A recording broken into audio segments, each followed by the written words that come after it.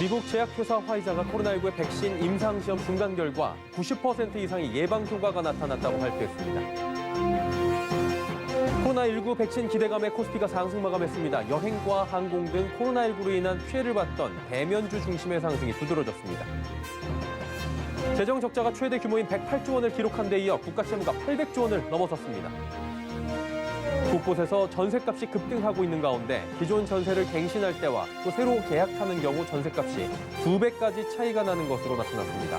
센 경제라이브 시작합니다.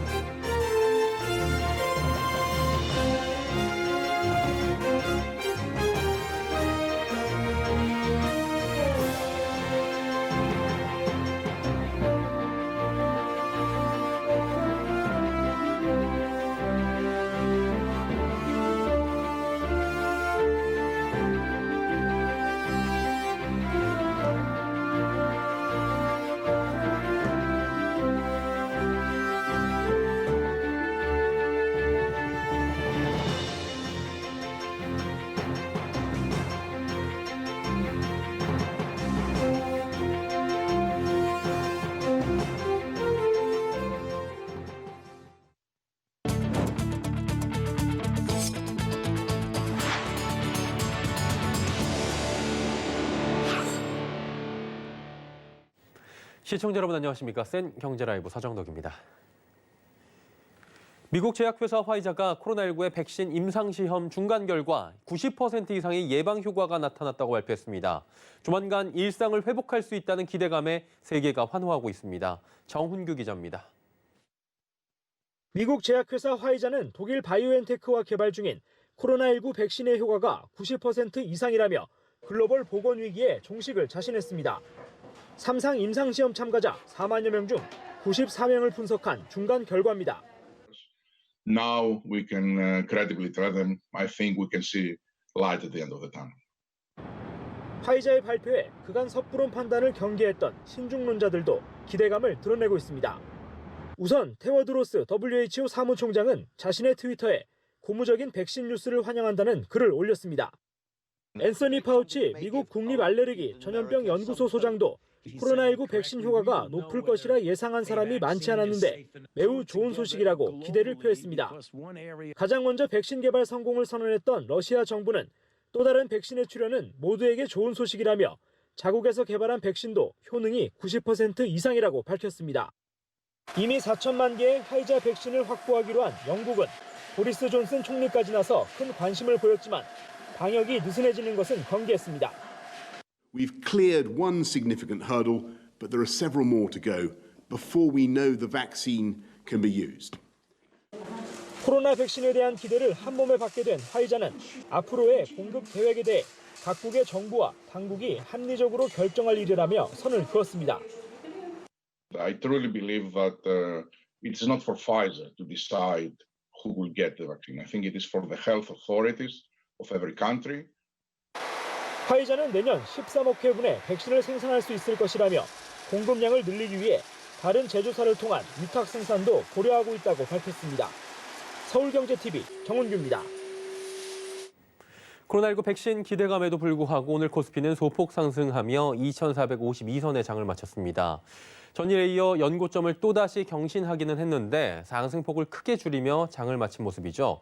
백신 기대감에 여행과 항공 등 코로나19로 인한 피해를 봤던 대면주 중심의 상승이 두드러졌습니다. 김혜영 기자입니다. 코스피 지수가 0.23% 소폭 상승하며 2,452.83의 장을 마쳤습니다. 코로나19 백신 기대감에 등락을 거듭했지만 기관의 차익 실현 매물에 강보합권으로 마감했습니다. 개인 투자자들이 7거래일 만에 순매수세로 돌아서며 1,800억 원어치를 사들였고 외국인 역시 매수에 동참했습니다.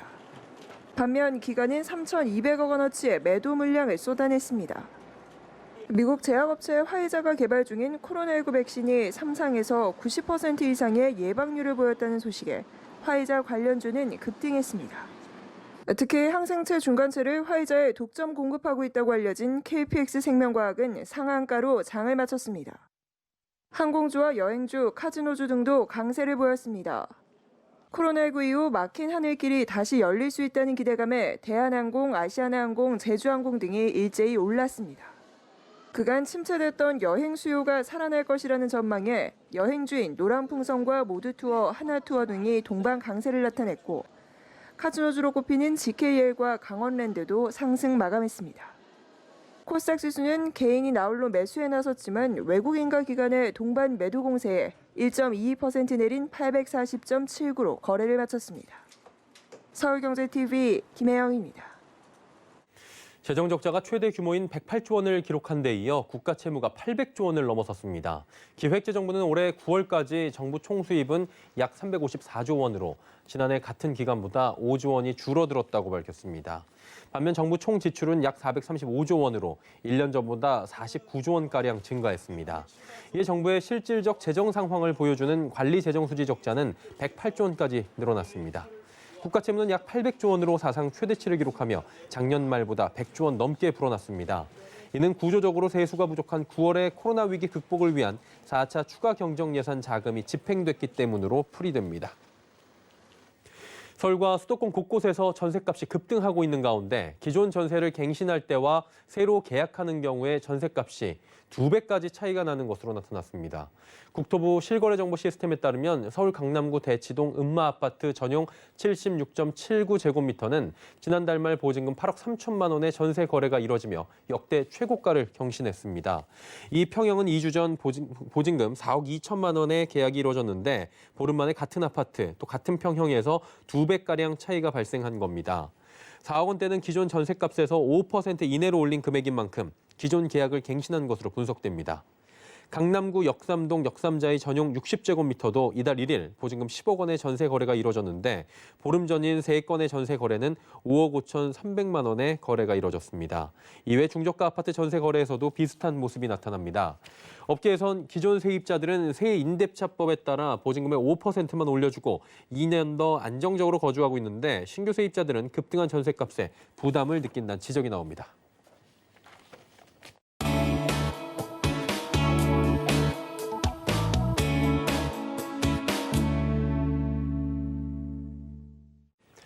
최근 전세난 심화되고 있습니다. 전국적으로 집값이 상승하고 있다는 분석들도 계속해서 조금 전에도 저희가 전해드렸고요. 나오고 있는 상황이죠. 전세 물량이 부족하다는 점과 함께 집값 상승세가 꺾이지 않고 있다는 게 다시 한번 정부 과제로 강조가 되고 있는 겁니다. 그래서 오늘은 한문도 연세대학교 정경대학 금융부동산학과 교수와 이야기 나눠보도록 하겠습니다. 어서 오세요. 네, 안녕하세요. 예, 귀한 걸음 내주셔서 감사드리고요. 네. 일단은 뭐 전세 시장 요즘에 말 굉장히 많잖아요. 제일 많이 나오는 얘기가 이거 같아요. 물량이 씨가 말랐다. 시장에 전세가 없다. 전세가 종말한다. 뭐 이런 얘기들이 나오고 있는 것 같은데 어때요? 어떻게 보고 계신지 궁금하네요. 일단 언론 보도는 그렇게 나오고 있어서 일반 뭐 생업에 바쁘신 분들은 진짜 씨가 마른 거로 볼 수 있습니다. 근데 정확하게 말씀드리면 제가 데이터나 시장 상황을 파악한 바에 의하면 일단 우리가 선호 지역과 일반 지역으로 좀 구분할 수가 있겠죠. 우리 수요자들이 찾는 전세 물건에 대해서 강남구는 이제 수요자들이 이제 찾는 선호 지역이고, 그렇죠. 그리고 또 희소성까지 있죠. 일정한 숫자밖에 없으니까. 맞아요. 그러나 그 중에 이제 한 50% 이상은 뭐 선호 지역 희소성을 갖지 않고 그냥 일반적인 지역도 많이 있습니다. 25개구니까요. 예. 근데 보도에 나오는 걸 가만히 보시면 한 4개구에서 6개구 정도에 집중돼서 보도만 나옵니다. 씨가 말라의 개념은. 근데 중요한 것은 이제 제가 체크를 해보니까 나머지 씨가 말랐다는 현장은 대단지입니다. 대단지고 새로 신축이고 이런 경우가 국지적으로만 있는 것인데. 학군이 좋고 뭐 그런가요? 네네. 기존 주택이나 그 학군도 중요하죠. 기존 주택이나 기존 그쪽은 도리어 매물이 증가하고 있습니다. 데이터상에. 그래서 근데 그런 보도는 사실 언론에 노출이 되고 있지 않죠. 그래서 그 부분을 갖다가 좀 언론인 분들께서 좀 공정하게 보도를 해주면 시장에서 전세가 씨가 마른 지역도 있지만 물건이 그대로 있는 지역도 있다라는 어떤 시장의 어떤 공정성 보도를 해준다라면 지금처럼 우리 무주택 서민들이 좀 불안감이 좀 해소되는데 좀 도움이 될 것 같다는 걸 좀 말씀드리고 싶습니다. 한마디로 이제 4개에서 6개 구 정도는 실제로 가보면 선호 지역이기 때문에 이 지역은 뭐 희소성도 있고 실제로 전세가 없겠지만 나머지 지역은 그렇지 않은 지역도 굉장히 많이 있기 때문에 구분을 해서 볼 필요성이 있다라고 정의를 하고 들어갈게요. 그리고 이제 허위 매물 신고제가 시작된 이후에 교수님께서 8월 매매 전월세 거래 건수가 급감했다가 늘어나고 있다. 조금씩 뭐 이런 말씀을 하신 것 같은데 뭐 근거를 조금 들어볼 수 있나요? 이렇게 보시면 되겠죠. 8월 달에 우리가 허위 매물 신고제를 하면서 예. 기존의 아파트, 서울 아파트만 말씀드리겠습니다. 서울 아파트 그 매매 건수가 3만 5천 건이었어요, 매물이. 예. 근데 나오고 나서 갑자기 급감을 합니다. 급감을 해가지고, 급감을 한 게 3만 5천이고 그전에 한 7만 건이었고. 예. 그리고 전세 물건은 뭐 15,000, 2만 건이었다가 갑자기 한 7천대로 줍니다. 한 반 이상 줄어들었네요. 60%, 70% 막 주는 네. 거죠. 그래서 월세도 한 8천대였습니다. 그게 이제 8월 말 경얘기고요. 그래서 제가 9월 초부터 열흘 간격으로 지금까지 우리가 이제 볼 것은 그거죠. 계약갱신 제도로 인해서 일단 일부 한 7, 80%의 물량들을 이제 고정 형태로 이제 잠기지 않습니까? 나머지 유량 물량은 이제 20% 선이겠죠. 그 물량의 변화를 좀 봐야겠죠. 그래서 좀 시장에서 언론에서 말한 것처럼 시가 마르는지는 전체 물량을 보면 되겠죠. 남아있는 매물 물량. 그래서 그 네이버라는 최대 포탈이 제일 많이 사용하고 제일 신뢰도가 높습니다. 허위 매물 신고에 대한 체크를 하기 때문에. 그래서 최대 포탈을 가지고 제가 열흘마다 검토해 본 결과 네. 지금 중간에 10월 10일 뭐 계속 증가했습니다. 매매도 그렇고 전세도 그렇고 월세도 물량이 다 늘어난 거예요. 이게 너무 이상한 일이죠. 시가 마르고 뭐 비중이 가고 매매 거래가 늘어나면 전세 거래가 줄고 이게 상반돼야 되는 시장의 정상인데 지금 이상한 데이터가 나오고 있습니다. 그래서 이 부분에 대해서 제가 모 방송에서도 한 달 정도 시계열을 더 봐요. 8월, 9월부터 제가 했으니까 9월, 10월, 11월 초잖아요. 예. 11월 말까지 했음에도 매물이 계속 증가한다라면 시장에 분명히 생각지 못한 어떤 가격 담합이나 그러니까 뭐 가격을 인위적으로 허위 신고를 하는 이런 세력들이 이걸 시장을 갖다가 좀 왜곡되게 하고 있다라는 추론이 좀 가능합니다. 제가 볼 때 매물이 늘어나면 안 되지 않습니까? 그죠? 그래서 그런 부분을 제가 11월 말이 되면 공식적으로 뭐 기자분들한테 좀 드려서 보도화 시키려고 좀 준비 중이고 있습니다. 예, 저희도 주세요. 네, 알겠습니다. 꼭 좀 주시고요. 저희가 받아서 확인을 해보도록 하겠습니다. 네. 그리고 이제 뭐 말씀해주신 부분에 대해서 전체적으로 동의는 하실 것 같아요. 네. 저도 이제 집을 알아보면서 전화를 해보면 특정 단지를 뭐 말씀드릴 수는 없겠지만 예. 한 단지는 세대수가 엄청난데도 전세가 없대요. 근데 그분이 말씀하시는 게 이 옆 단지에는 전세 물량이 좀 있더라라고 말씀하시는 경우가 있으니까 네. 전체를 뭐 이렇게 특정 단지로 봐서 이렇게 전체화시킬 필요는 없는 것 같은데 그럼에도 불구하고 어떤 단지를 보고 전체로 또 바라볼 수 있는 그런 사례들도 나올 수 있잖아요. 그렇죠, 그렇죠. 그러니까 어떻게 분위기를 봐야 좋을 것인가 이런 질문을 한번 드려봐야 될 것 같은데 일반적인 사람들이 볼 때는 일부의 단지를 보고 전체로 생각하는 분위기가 많이 형성이 돼 있잖아요, 지금. 일단 언론 보도의 대부분이 좀 예. 시장 편향적인 게 좀 많다 보니까 그쪽으로 많이 좀 치우쳤죠. 만약에 예를 들어서 제가 이렇게 말씀드립니다. 지금 말씀드린 것처럼 매물이 증가했다고 제가 말씀드렸잖아요. 네. 데이터는 뭐 픽처까지 해가지고 증거까지 다 남겨놨으니까 그게 만약에 전 언론사 중에 80% 정도가 전세 매물 증가, 아파트 매매 물건 증가, 월세도 증가, 시장 생각보다 뭐 물건 많아 이런 기사가 동시다발로 3일만 나온다고 가정을 할게요. 시장이 어떻게 변할까요?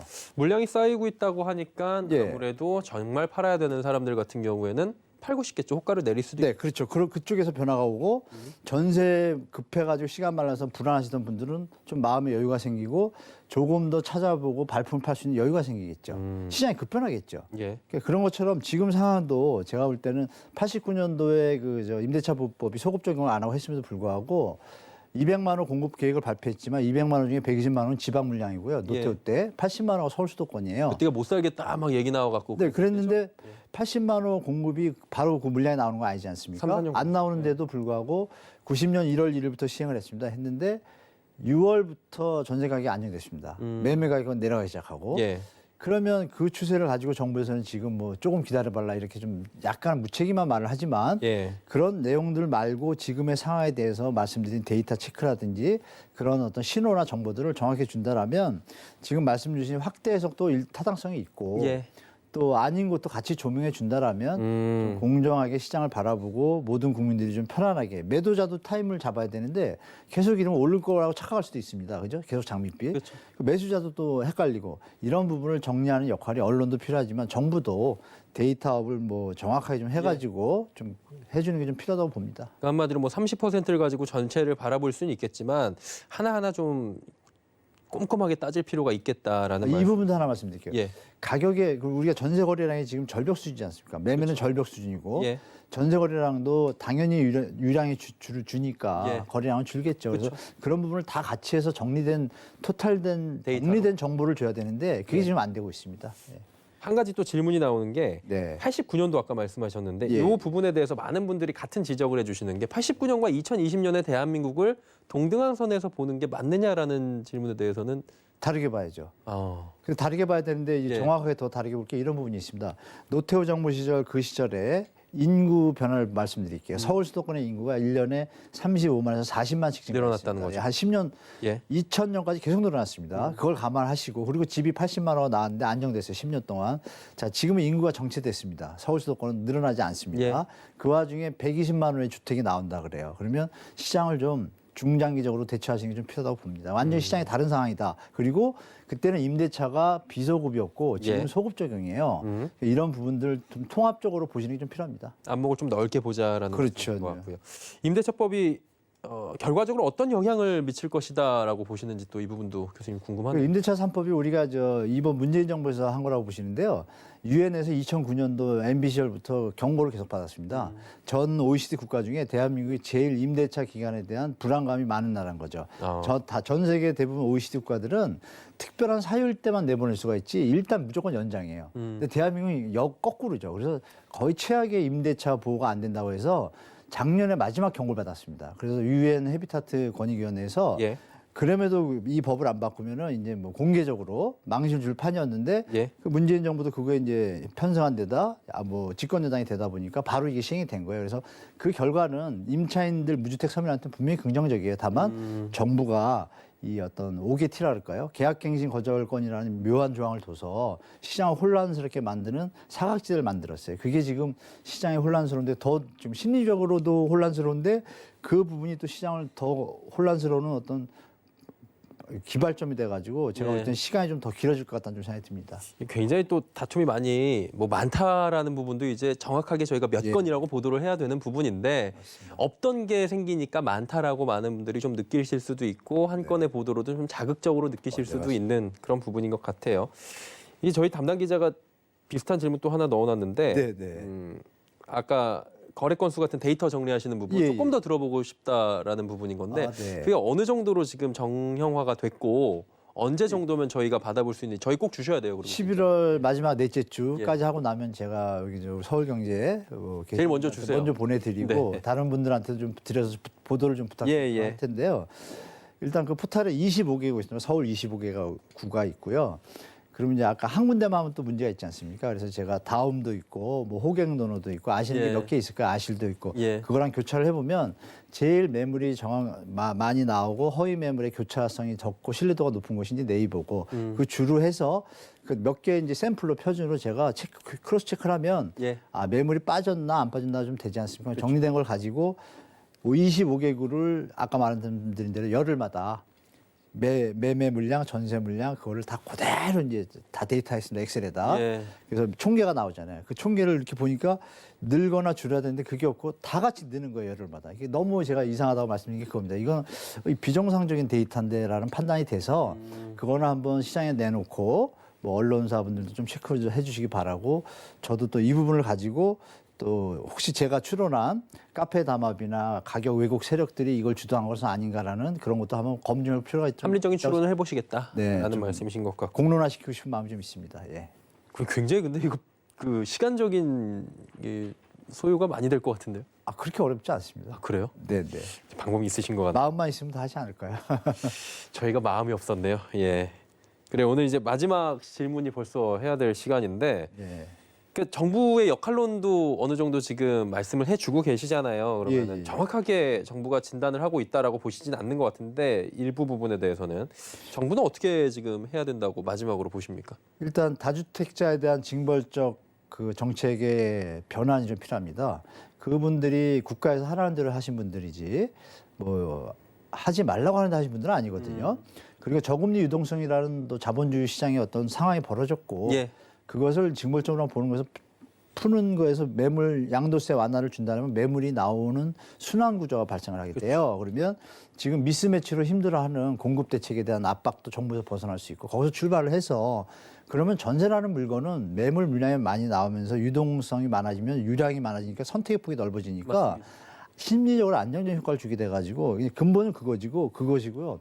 디테일로 들어가면 실거주 예외조항 있지 않습니까? 그거를 없애는 게 제일 좋다고 봅니다.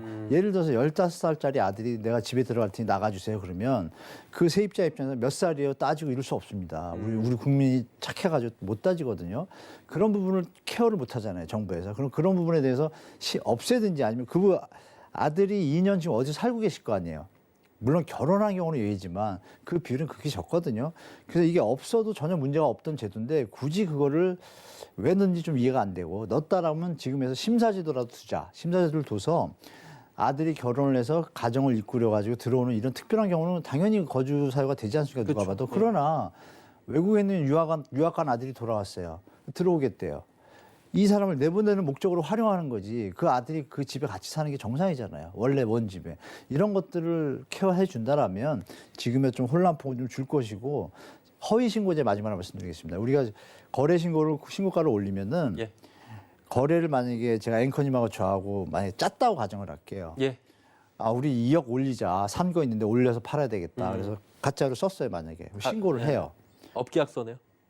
업이죠. 예. 당연히 신고가를 올려야 되니까. 그쵸. 그럼 신고서를 내면 국토부에서는 그걸 올립니다. 그럼 예. 포털에서는 그걸 갖다 그대로 씁니다. 언론에서는 또 그걸 그대로 쓰죠. 근데 우리 둘이는 사실 그냥 쓴 거예요. 가짜로. 그렇죠. 그래서 4개월 정도 잔금 계약을 해놓고 4개월 뒤 끝나면 계약 해지를 해요. 그럼 해지했다고 그러면 1개월 내 30일 내 신고를 해야 돼요. 예. 해지 신고. 그럼 5개월이잖아요, 총.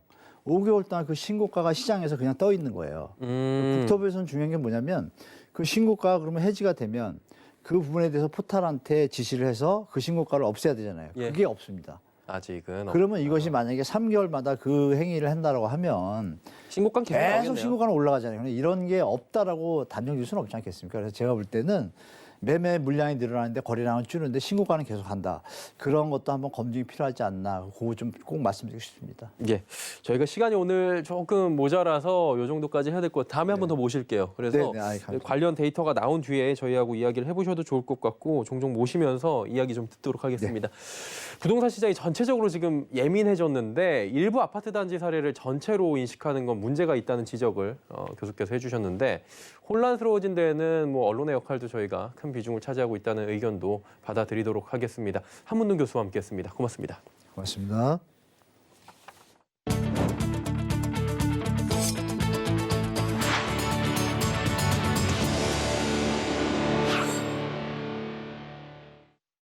우리나라가 지난달 전 세계 선박 발주량 3분의 2 이상을 수주하며 4개월 연속 수주 1위를 차지했습니다. 10일 영국의 조선해운시황 분석기관 클락슨 리서치에 따르면 한국은 10월 전 세계 선박 발주량 104만 CGT 가운데 69%를 수주했습니다. 중국은 24%인 25만 CGT 11척으로 2위에 올랐습니다. 이에 따라 올해 누적 수주량도 377만 CGT로 1위인 중국과의 격차를 12%포인트까지 좁혔습니다. 한편 올해 글로벌 누계 발주량은 1,156만 CGT로 지난해 같은 기간 대비 절반 수준에 그쳤습니다. 특히 12,000 TEU급 이상 컨테이너선의 누적 발주량이 67만 CGT로 58% 급감했습니다. 국세청이 오늘 등록 임대사업자와 등록을 하지 않은 집주인 등 주택 임대인 3,000명에 대해 세무 검증을 벌이겠다고 발표했습니다. 주택 임대 소득을 불성실하게 신고한 혐의가 있는 이들이 대상인데요. 이 검증 대상의 유형은 외국인 임대와 고액 월세 임대, 고가주택, 다주택 임대, 빅데이터 분석 결과 탈루 혐의자 등입니다. 일례로 시가 100억 원 상당의 서초구 초고가 아파트 2채를 전세로 임대했음에도 임대 소득을 한 푼도 신고하지 않은 집주인이 이에 해당합니다. 국세청은 납세자가 제출한 해명 자료를 검토해 탈루 사실을 확인한다는 계획입니다. 탈루가 확인된 집주인은 누락한 세금뿐만 아니라 신고, 납부 불성실 가산세도 물어야 합니다. 흔히 국가정보원이라고 하면 007 제임스 본드와 같은 비밀 첩보 요원만 떠올리실 겁니다. 하지만 국정원은 국가안보뿐만 아니라 이 기업들의 기술 보안도 책임지고 있다고 하는데요. 윤다혜 기자가 전해드립니다. 기업들의 기술 발전과 함께 기술 유출 우려도 커지고 있습니다. 특히 중국이 반도체 등 주력 산업을 위협하고 있어 국가 핵심 기술의 경우 해외로 유출되면 국가 안전 보장과 국민 경제 발전에 악영향을 끼치게 됩니다. 기업들은 기술 유출 정황만으로는 경찰 신고가 어려워 스스로 막는 데 한계가 있습니다. 이에 국정원은 2003년부터 산업 스파이 색출 활동과 함께 기업들의 국가 핵심 기술 등을 보호하고 있습니다. 국정원이 최근 5년간 막아낸 해외 기술 유출 건수는 총 123건. 이 중에는 국가 핵심 기술 유출 31건도 포함됐습니다. 기술 유출뿐 아니라 기업의 핵심 인재를 빼가는 일도 적지 않습니다. 회사의 핵심 인력이 건강상이나 창업 등의 이유로 퇴직을 했는데 실제로는 몇 개월 후에 해외 경쟁사의 핵심 기술 인력으로 이직하는 사례가 계속 발생하고 있습니다. 실제로 8월에는 대기업 협력업체 A에서 연구원 퇴직자가 OLED 관련 장비 기술 도면 등을 빼돌리고 중국 업체와 공모해 동정업체를 설립한 경우가 있었습니다. 국정원의 해당 첩보를 포착해 유출된 기술 자료를 회수하고 범행 정보를 수사기관에 지원했습니다. 국정원은 기술보호 외에도 기술보호 평가 지표를 만들어 매년 실태조사와 국가 핵심 기술 보유 기업에 대한 실태 점검 등 자문 활동을 하고 있습니다. TF 민간 활동도 펼치며 국정원의 역할이 더 강화돼야 한다는 목소리도 나옵니다. 앞으로는 소재, 부품, 장비, 완성차처럼 모든 측면에서 연합해야만 국제 기술 경쟁 사회에서 생존할 수 있다라고 생각.